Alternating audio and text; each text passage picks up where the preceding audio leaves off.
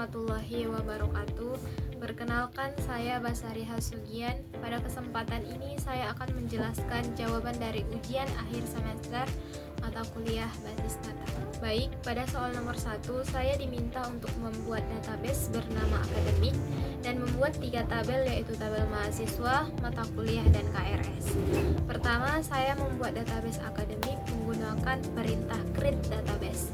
Kemudian mengaktifkan dengan perintah use akademik.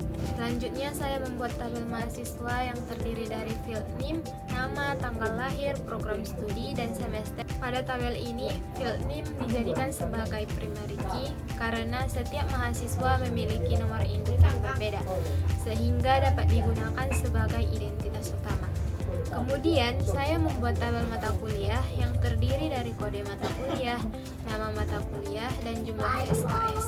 Field kode mata kuliah dijadikan sebagai primary key karena setiap mata kuliah memiliki kode yang unik. Setelah itu saya membuat tabel KRS yang terdiri dari ID KRS, NIM, kode mata kuliah, dan nilai. Pada tabel ini, ID KRS digunakan sebagai primary key untuk membedakan setiap transaksi pengambilan mata kuliah oleh mahasiswa.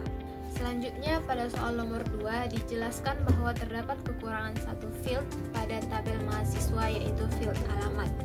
Untuk menyelesaikan soal ini, saya menggunakan perintah alter tabel yang berfungsi untuk mengubah struktur tabel yang sudah ada.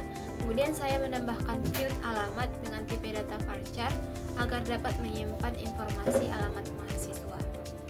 Dengan cara ini, tabel mahasiswa menjadi lebih lengkap tanpa perlu membuat tabel baru. Selanjutnya pada soal nomor 3, bagian A, saya diminta menambahkan data ke dalam ketiga tabel yang telah dibuat. Untuk tabel mahasiswa, saya memasukkan data berupa NIM, nama mahasiswa, tanggal lahir, program studi, dan semester, dan alamat. Kemudian pada tabel mata kuliah, saya memasukkan data kode mata kuliah, nama mata kuliah, dan jumlah SKS. Selanjutnya pada tabel KRS, saya memasukkan data pengambilan mata kuliah oleh mahasiswa yang berisi NIM, kode mata kuliah, dan nilai yang diperoleh. Nah, proses penambahan data dilakukan menggunakan perintah insert into. Pada soal nomor 3 bagian B, pada bagian ini terdapat kesalahan input data sehingga data perlu diperbaiki. Nah, perbaikan pertama adalah mengubah nama mahasiswa dari Andi Saputra menjadi Andi Pratama menggunakan perintah update. Nah, perbaikan kedua adalah mengubah semester mahasiswa yang memiliki NIM 23003 dari semester 6 menjadi semester 8. Nah, perubahan ini dilakukan menggunakan perintah update dengan kondisi berdasarkan NIM mahasiswa. Nah, perintah update digunakan karena data sudah tersimpan di dalam tabel dan hanya perlu diperbaharui. Selanjutnya soal nomor 4 bagian A. Pada soal nomor 4 bagian A, saya diminta menampilkan NIM, nama, tanggal lahir, dan umur mahasiswa.